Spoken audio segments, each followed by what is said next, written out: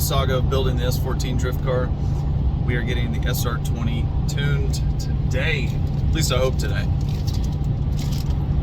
Here it is. This is a 63 ECU. It's actually an automatic, but that's what they sent me back in 05 when I ordered the SR20 with the 5-speed. They sent me an automatic ECU. Only difference is it idles at 1,000 RPMs instead of 7 or 750. But so I'm headed to Z Fever in Tampa to meet with Martin from RS Enthalpy. He does his tunes there, and I'm dodging tires in the road.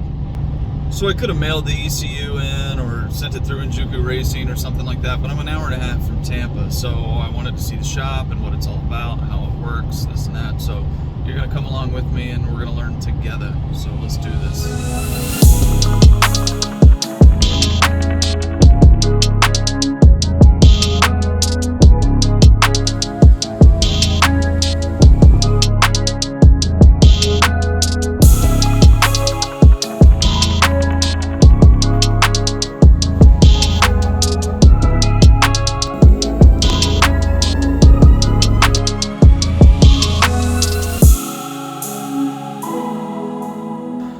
Alright, I got started on this project and realized I better film. So what I'm doing is changing called a couple things, like a carrier bearing for a drive shaft, or it's called a center support bearing. And this, of course, is on an S14. So I've started taking apart some of the bolts, but nothing major yet. So let me catch it where I am. Here's differential. I've pulled out all but one of the bolts there. These are 14 millimeter back by the differential.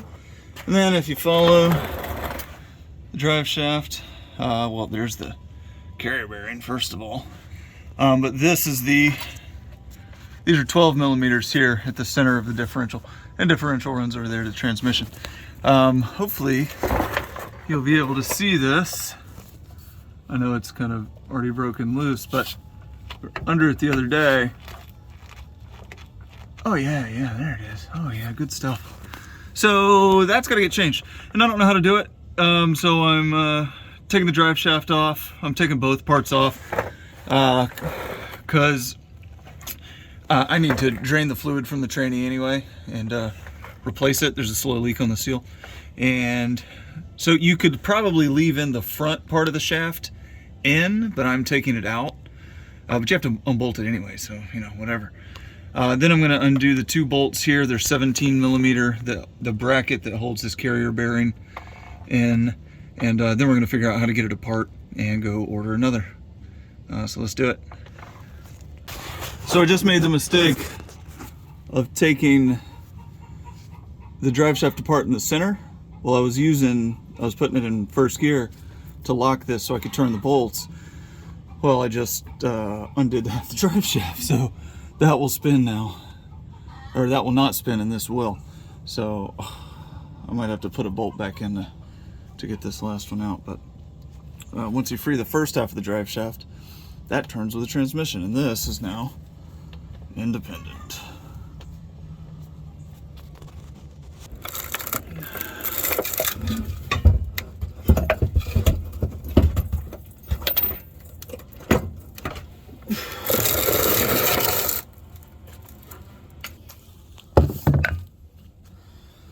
Okay, here's what we got.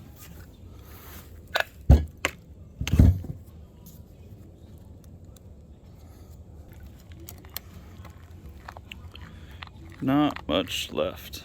It's held in with these two little plastic clips. I guess that's just to kind of line it up. And here we have the remains of our carrier bearing. Can't believe that it's still in the car. So from what I understand now, we have to get this, undo this bolt here, and then we might have to use a puller to get this off. So I'm gonna play with that first and then I'll film. Okay, that was fun. So using a screwdriver to try to pry the indention, and there, a screwdriver broke off in. Couldn't get it to break free. Ended up using a cutting wheel to get the scraps of screwdriver out. And then I had to use, well, PB Blaster, my big breaker bar. This is a 1 1/16, but I think it might be a 27mm socket you need, but that fit perfectly. So I had to use a big pipe wrench on the shaft, wedged everything up under the rear tractor tire, and then put a pipe on the end of this breaker bar to get it to finally break loose. But it did, and now, well, now it's free. So I don't know what to tell you. Good luck. Next step, jaw puller. Zoom this out a little, jeez. Yeah, jaw puller, and it's working this guy right off. Okay, I need both hands, but it is doing it.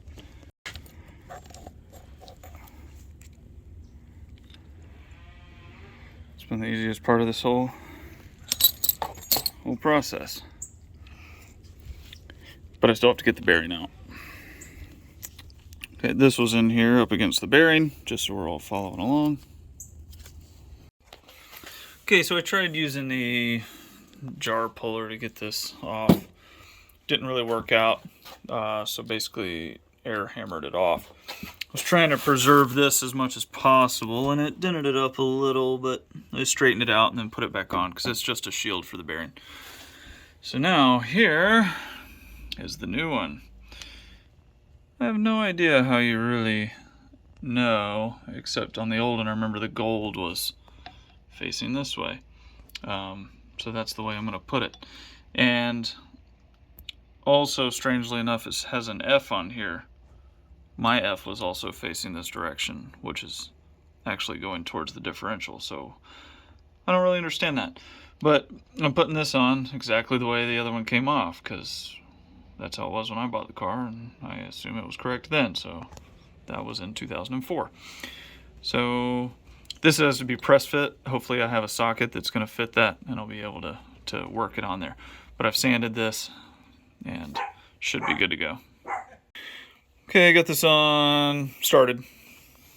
I mean, went pretty far already, just using a pipe to gently tap that bearing. Got that little copper O-ring in there, so I'm going to use this. That's better. Lubed it up a little. So I'm going to use this, tighten the nut down, and use that to seat it the rest of the way. Okay, so got the nut tightened down, and similar to the way I took it off. I mean, marred this up a little bit, but it shouldn't matter. It's not bending, should balance. This spins. That's about it. Time to pop it back in the car. All right, back at the car, got it back in. I'm not gonna open it up, just gonna assume that it's right. And so today I'm gonna finish putting in the drive shaft now that the new center support bearing's been changed. Got a new, this is the rear seal for the transmission because it was leaking a little from the drive shaft vibrating, it screwed it up. So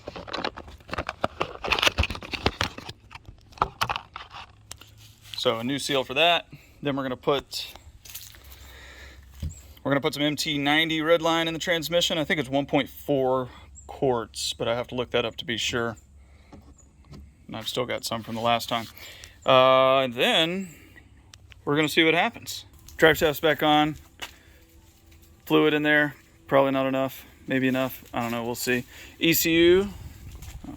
I don't even want to show you because it's jank. Oh, the wires under the dash. All right, whatever. ECU's in place. Yeah, I carefully filmed that to where you couldn't actually tell what was going on there. So now we're gonna throw some juice to it. See, mint. God, it's so jank. Ah, there we go, perfect. So now, hey, the fuel pump really works. So now, SAFC. yes.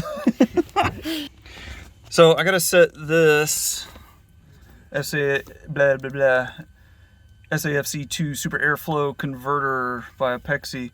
I gotta put these settings to get the old injectors to run with the new injectors to run with the old ECU, I was having to change some of the throttle or the fuel points.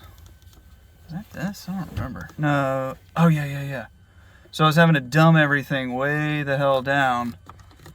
Whoops. In order to get it to actually idle. It idled great, but it wasn't working good. So fix this, everything back to baseline 0, and then we're gonna start the car. All right, we know this battery's bad, so it actually might not start, but well, the fuel pump's running pretty strong. So we're gonna see what happens. First crank, here we go. Oh, Jesus. What the hell?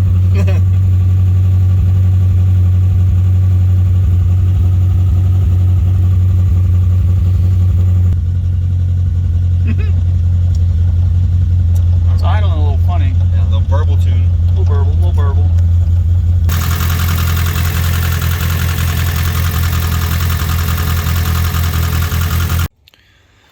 All right, car's running pretty good. We got the ECU installed. There it is. So we did have to actually, I took the Apexi SAFC off. I undid the connections. Yeah, it's a rat's nest, I know. So I undid the connection.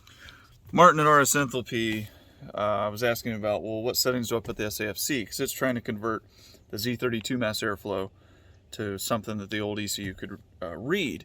But he made it where the ECU talks to the Z32 directly. So he said, take the SAFC out. I want to figure out how to fix that because I want to be able to use the SAFC to kind of, once we have a wideband on here, to watch the fuel curve and add a little more, take a little more away. But I don't know the settings, the sensor settings for the SAFC. So if anybody knows, please let me know, because that would be huge. Because I want to hook that back up and use it. But for now, once we took the SAFC intercepts the signal coming from the mass airflow, runs through the SAFC, converts it, and then sends it to the ECU. And that's how it, changes values and stuff. It'll tell it there's less air or tell it there's more air, and that will then adjust the fuel curve accordingly. So I want to use that in the future. But for now, the car's running really good, and all that's happy. Now, that's it for this video.